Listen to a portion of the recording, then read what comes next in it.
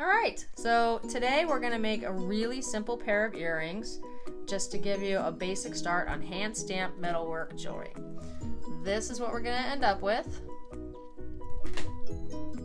Little peace sign hearts on a disc, really lightweight, super easy to do, just a single stamp required.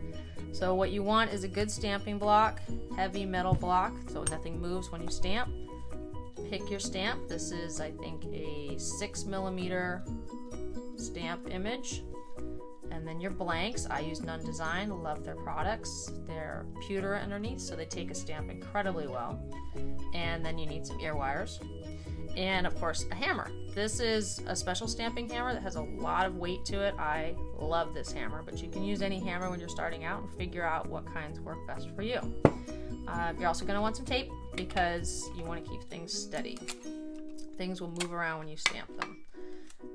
So what I do is tape the ends in here so that it's really easy for me to take it off and get my pieces off when I want to. So I'm not using my fingernails trying to scrape little pieces of tape off of my stamping block. So I'm just going to line them up so that they're mostly right side up. Doesn't have to be perfect. It's kind of the fun of hand stamped pieces. They aren't perfect. My tape where my stamp is not going to go, and there my little pieces of metal are secure. So when you get your stamp, make sure you're going in the right direction. If you're using letters, make sure they're facing the right way. It can be really frustrating when you pick your stamp up and say, oh my god, I just put the M on upside down. Alright, now with this stamp, because it's a 6mm, I need to take multiple hits. This is going to take some practice. I've been doing this for a while. It doesn't always come out. I still have throwaways as well. With the smaller stamp, you can get it all in one hit. With the wider stamp, it usually takes more hits. So you want to get a center hit, and then you're going to just angle for different sides. So you try to get the best complete image before you ever pick up the stamp. Because once you pick it up, it's hard to get it back in the same spot.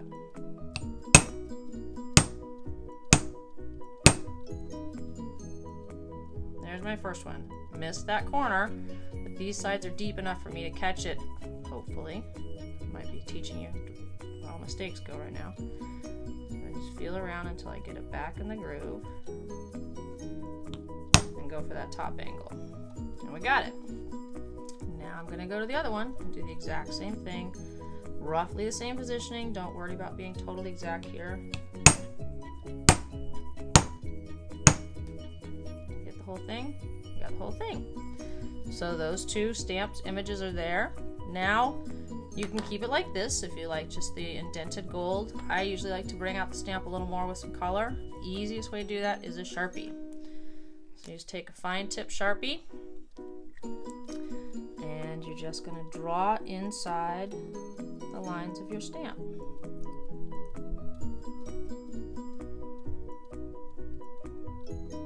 You do want a pretty fresh Sharpie for this. When your Sharpies start getting a little low on ink, this does not work out well.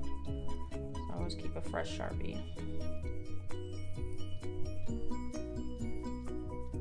Now I can tell you from experience, this corner up here is going to wash out a little bit. So I might come back over and do it again once I've cleaned up my Sharpie.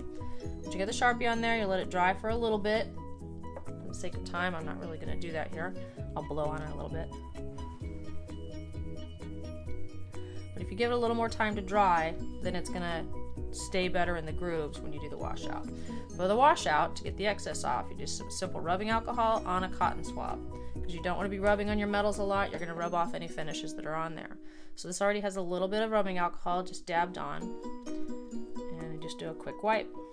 And then the excess comes off. And you can see at the top at that angle, where it doesn't have a really great indentation, I can go back over and hit that again.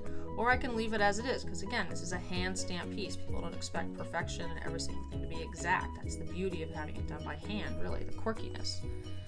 So once you're done with that, you're going to take them off the tape. That's why I use that folded piece, because it's really easy to get rid of it. Take the tape off your block. Don't leave tape on your block, because it kind of eats into the metal over time. These should last a really long time.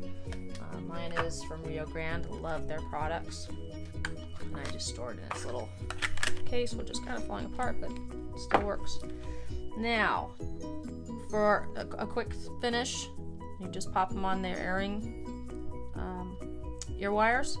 For a longer lasting earring, I put a sealant on this, and I use another Nunn Design product. It's a sealant and an adherent, and it just puts a protective coating on that dries perfectly clear so you can't see a difference, but it keeps the ink protected so the ink doesn't wash off of your earrings that quickly. And that's really easy to do.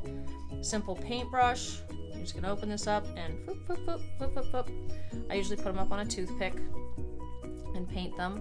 In fact, if you want to wait 1 minute, I'll get my painting block and show you how I do that. Okay, so here's my improvised painting block. You can use anything that works. Clearly I was into yoga for a while. I don't do that so much anymore. So I took my yoga block, which is a nice squishy surface, and I put toothpicks in it. And then I just mount the metal pieces with the earring hole there. And I can now work with it without anything being touched and getting stuck onto other surfaces, because this is an adherent as well as a sealant. So I'm just going to take my paintbrush and dip it in and just get a little bit. You don't need much. And I'm just going to paint over, and you don't have to worry about your strokes. They will come out as it dries, so it's not going to look like it's streaky. It's a really nice product. And that's it. That's going to sit there. It'll be dry to the touch within a couple of minutes, but I let it sit for a few hours so that it's not tacky at all. And then once I'm done with that, let's move this out of the way. You're going to wash your brush fairly quickly so it doesn't get glued permanently, but I'm just going to show you these guys real quick. So getting the ear wire on, super simple. Literally just bend it out and loop it on there, bend it back. If you've done some jewelry work before, I'm assuming you probably have, you know you never bend wires out this way. You're always going to go sideways to keep the integrity of the wire, the strength. And there you have it. Your hand stamped little disc earrings. Now you can start collecting stamps and get all sorts of different patterns that you want to have. I've got paw prints and sport stamps, all kinds of things you could imagine of. So there you have it. A simple pair of earrings that can be worn by anybody, a grown woman or a young girl. You can make these as gifts. You can make them for yourself when you're going to go out and you need something to match a new outfit. Pretty easy to do. This is all the pieces of equipment that you need to do it, and what I will do is put the links to where you could find these things in the bottom of the video description area, and then you'll be on your way if this is something you'd like to try. Thank you very much.